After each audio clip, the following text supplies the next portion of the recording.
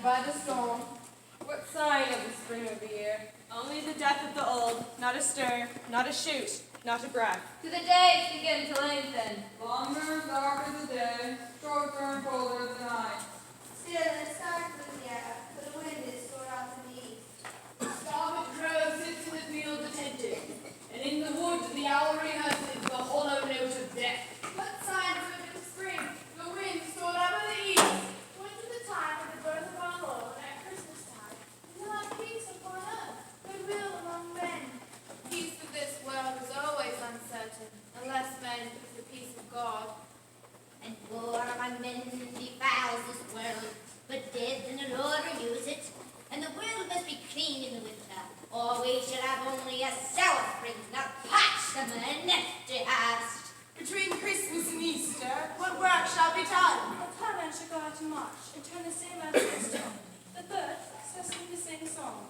When the leaf is out on the tree, and the elder and May burst over the stream, and the air is clear and high, And voices trill at windows, and children tumble in front of the door. What work shall be done? What wrong shall the bird song cover? The green tree cover. What wrong shall the fresh earth cover? We wait, and the time is short, but the waiting is long.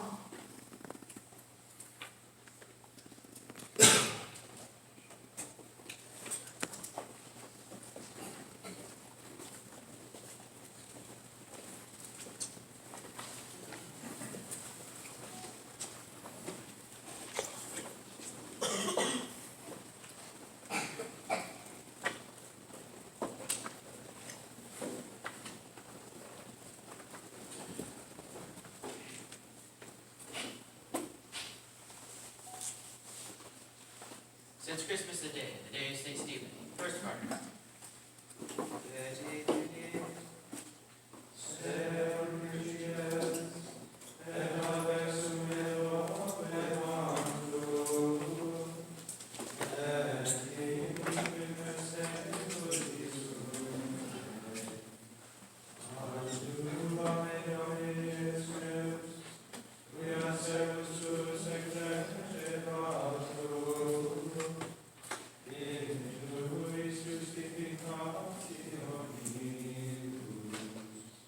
A day which is always most dear to the Archbishop Thomas, and to kneel down and cry with a loud voice, Lord, lay not this sin to their charge.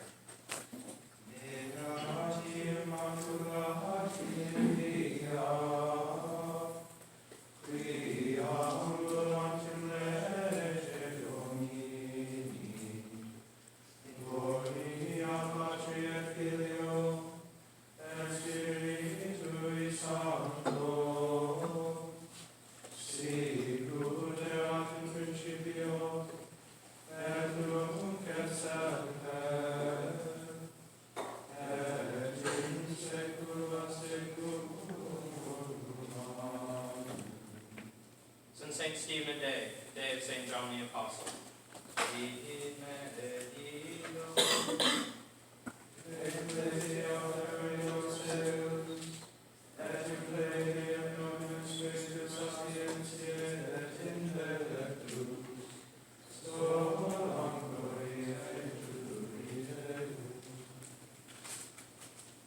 That which was from the beginning, which we have all heard, of the word of life, declare we unto you.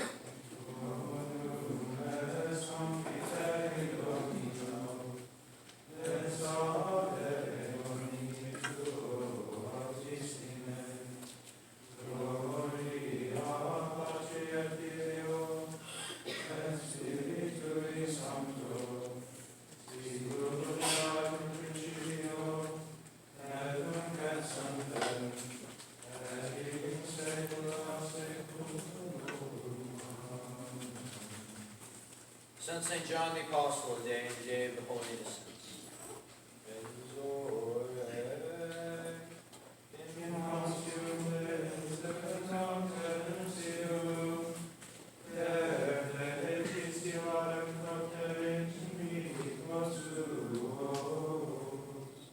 As the voice of many waters, the thunder of harps, they sung as it were a new song.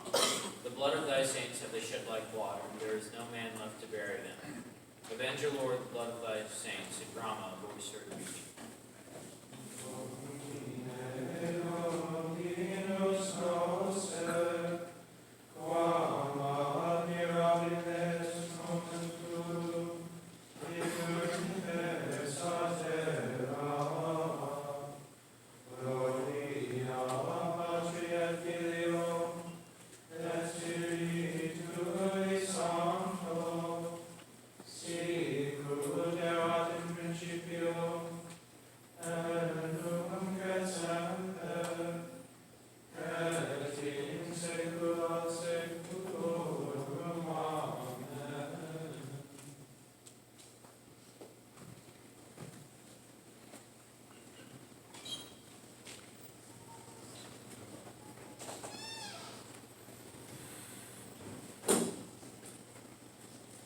says the Holy Innocents a day, the fourth day from Christmas.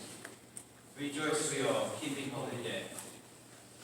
As for the people, so also for himself, he offereth up for sins.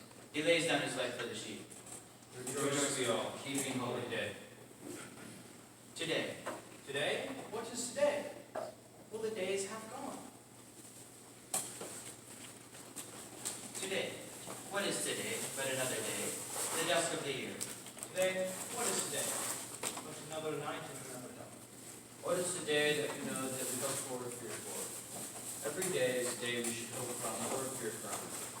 Each moment weighs like another. Only in retrospection, selection, we say that was the day. The eternal moment that is always here and now. Even now, in sort of particulars, the eternal design may appear.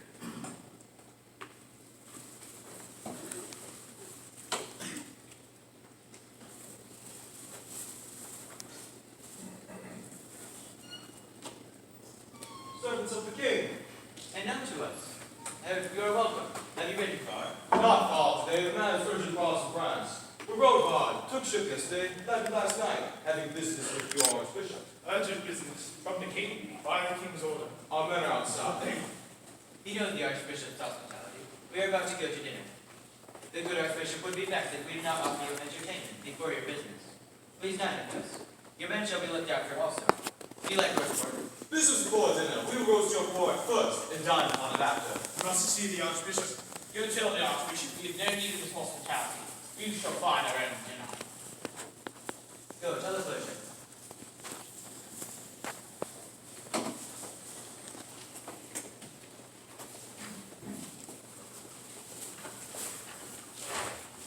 How long will you keep us waiting?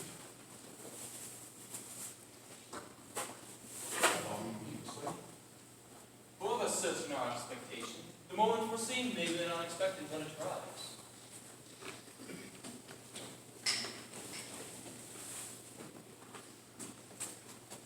For it comes when we are engrossed with matters of other urgency. On my desk you will find the papers in order and the documents signed. You are welcome, whatever your business may be. You say from the king? Most surely from the king. We must speak with you alone. Leave us then alone. Now what is the matter? This is the matter. You are the Archbishop who revolt against the king. In rebellion to the king and to the law of the land. You are the Archbishop who was put in place by the king to bid and carry out his every command. You are his servant, his obedience, Jack. You wore his favors upon your back.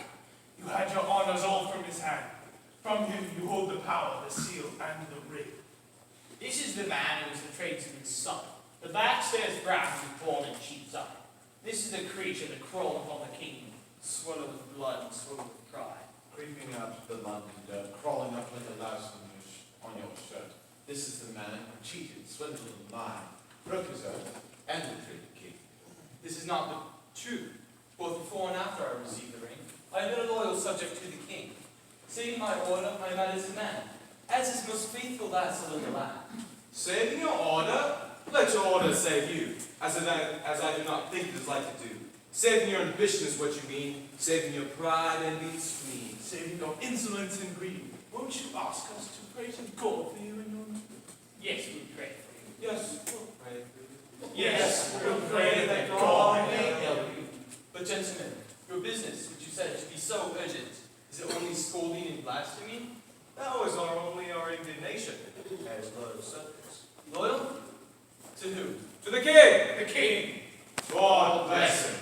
Then let your new coat of loyalty be worn, carefully, so it get not soiled nor torn.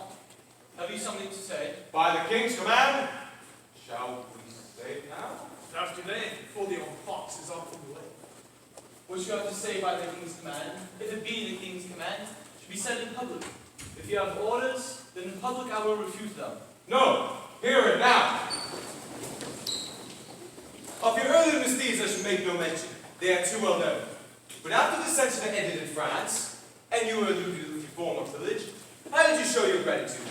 You fled from England, not exiled or threatened, mind you, but in hope of stirring up trouble abroad in the French domains. You sought strife abroad, going to the king of France, all raising up against some false ambitions. Yet the king, out of his charity, and urged by your friends, offered clemency, made a pact of peace, all dispute ended, sent you back to your see as you demanded. And today, in the memory of your transgressions, restore to you your honors and your possessions. All was granted for which was sued, yet how are people to show your gratitude? Suspending those who crown the young prince, denying the validity of his coronation. Binding with the chains of anathema, and using every power in your means to convince the king's faithful subjects, every one of whom conducts business in his absence, the business of the nation. These are the facts. You will answer in the king's presence, therefore we consent. Never was it my wish to uncrown the king's son, or to diminish his honor and power. I would wish for 3 crowns rather than 1. And as for the bishops, it is not my yoke which is laid upon them, nor mine to revoke. Let them go to him, who is he who condemned them. Through you they were suspended. By you be this amended. Absolve them. Absolve them. I do not deny that this was done for me, but it is not I who can lose whom the Pope has bound. Their contempt towards me, their contempt towards the church shown. Be as it may, these are the king's commands, that you and your servants depart from this land. If that be the king's command, I will be bold to say, 7 years my people without my presence, 7 years of misery and pain, 7 years of mendicant on foreign charity, illumined abroad. 7 years is no brevity. I shall never get those 7 years back again. Never again shall you make no mistake. Shall the sea run between the shepherd and his fold. Priest, you have spoken in peril of your life. Priest, you have spoken in danger of the night. Priest, you have spoken treachery and treason. Priest, traitor, confirmed in malfeasance. It is not I who insult the king, and there is I, and I are the king. It is not I, Becket of Cheapside. It is not against me, Becket, that you strive. Priest, traitor, priest and monk and servant, take hold, restrain, detain this man in the name of the king, or answer with your bodies. Enough of words. We come for the king's justice. We come with swords.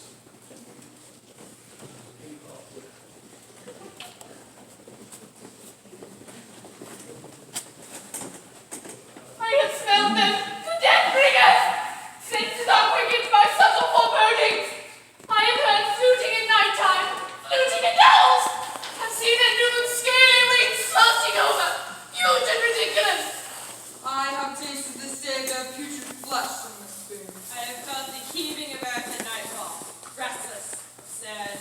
I have heard after the noises of beasts and strange noises. Jackal, jackass, jackdaw, the scurrying noise of mouse and gerbil, the laugh of the lunatic bird. I have seen grey necks twisting, reptiles twining the glide to groan. I have eaten smooth creatures still living, with the strong salt taste of living things under the sea. I have tasted the living lobster, the crab, the oyster, the whelk, and the prawn, and they live and spot in my bowels, and my bowels dissolve from the life of dawn.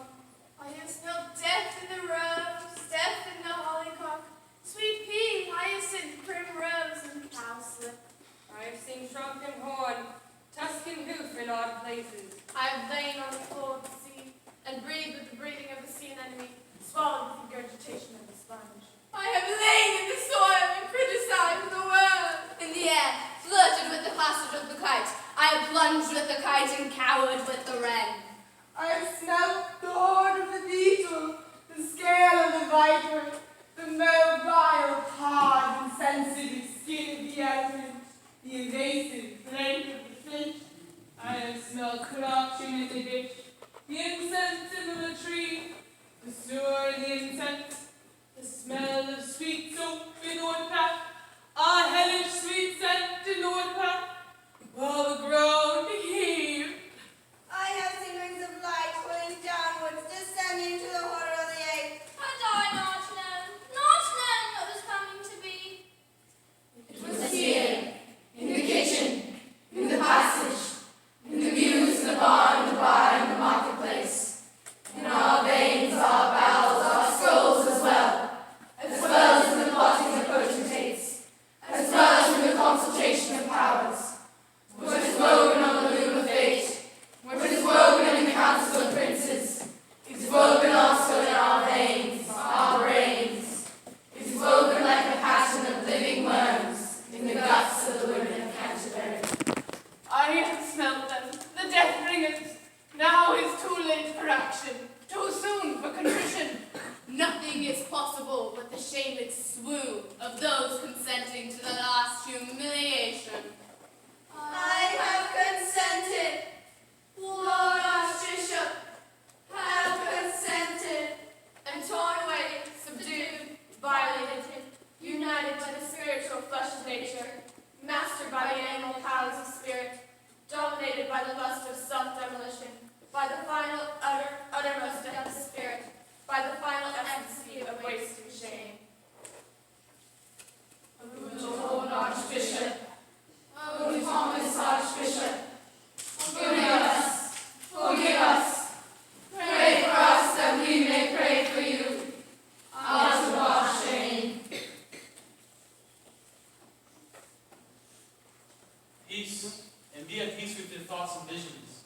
For these things had to come to you, and you to accept them.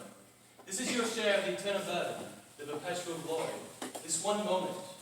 But know that another shall pass you with a sudden painful joy, when the figure of God's promise is made complete. You shall forget these things, toiling in the household. You shall remember them droning by the fire. When aging forgetfulness, sweet memory, only like a dream that has often been told, and often been changed in the telling. Human life cannot bear very much beyond reality. My lord, you must not stop here. To the minster. To the cloister. No time to waste. They're coming back, armed. To the altar, to the altar. All my life these feet have been coming. All my life I have waited. Death shall come when I am worthy. And if I am worthy, there is no danger. Now I have to make only perfect my will. My lord, they are coming. They will break through presently. You will be killed. Come to the altar. Make haste, my lord. You cannot stop here talking. It is not right. What shall become of us, my lord, if you are killed? What shall become of us? Go to Vespers. Remember me at your prayers. I've had a tremor, a wink, a bliss of heaven. Now will no longer be denied. All things proceed to a joyful consummation. My lord, to Vespers. You must not be absent from Vespers. You must not be absent from the divine office. Go to Vespers. Remember me at your prayers. I've had a tremor, a wink, a bliss of heaven. That would no longer be denied. All things proceed to a joyful consummation. Seize him! Force him! Drag him! Keep your hands off! Vespers, hurry!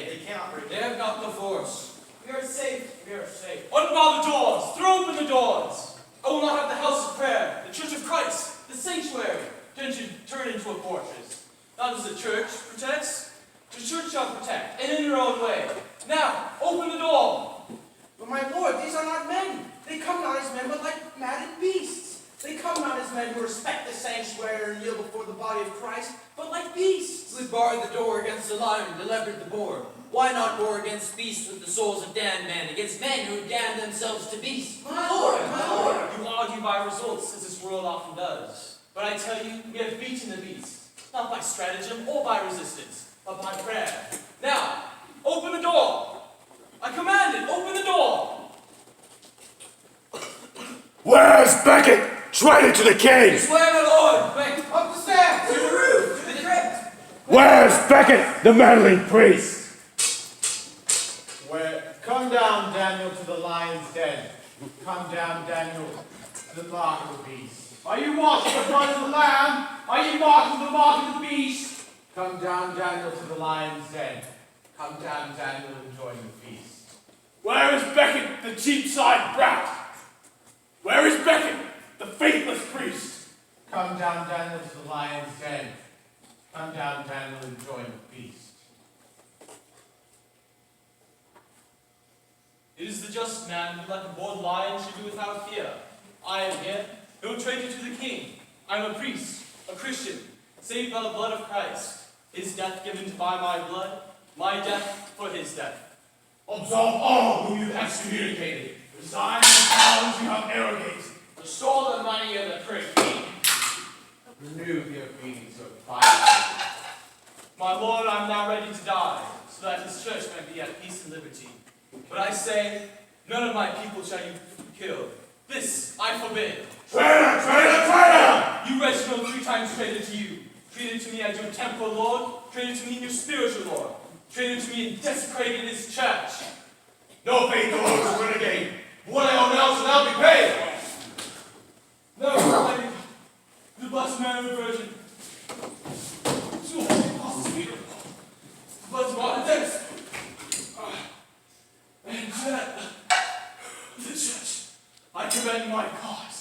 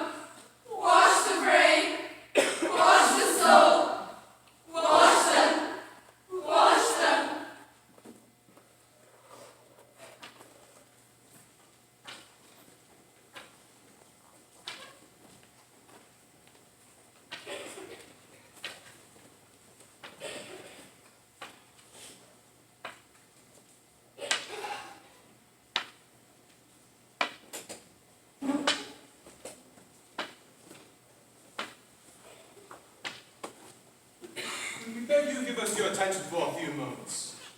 We know that you are easily to dispose unfavorably our actions. For you are Englishmen, and therefore you believe in fair play. But when you see one man being set upon by four, your sympathies are all but with the underdog. I respect these feelings. I share them too. But I also appeal to your sense of honor. You are Englishmen, and therefore you will not judge anyone without having heard both sides of the case. This is in accordance with our long-standing principle of trial by jury. I myself am not qualified to give you these certain arguments. I'm a man of action, not words, but these fine, outstanding gentlemen, yes, they should do the job. First up, we have my dearest friend and eldest member of the group, Sir Baron William de Tracy. I'm afraid I'm not anything like such an experienced speaker as my good friend Reginald Fitzurse would lead you to believe. But there's one thing I should like to say, and I might as well say it at once. It is this. Whatever we have done, and whatever you may think of it, we have been perfectly disinterested. Here. We are not getting anything out of this. We have much more to lose than to gain. We are four plain Englishmen who put our country first. I dare say we did not make a very good impression when we came in just now. The fact is, we think we've taken on a pretty stiff job. I should only speak for myself, but I have drunk a good deal. I'm not ordinarily a drinking man, in order to work myself up to this. When it comes to the point, it does go against the grain to kill an archbishop, especially when you've been brought up in good church traditions. So, if we seem a bit rowdy just now, I hope you understand why it was.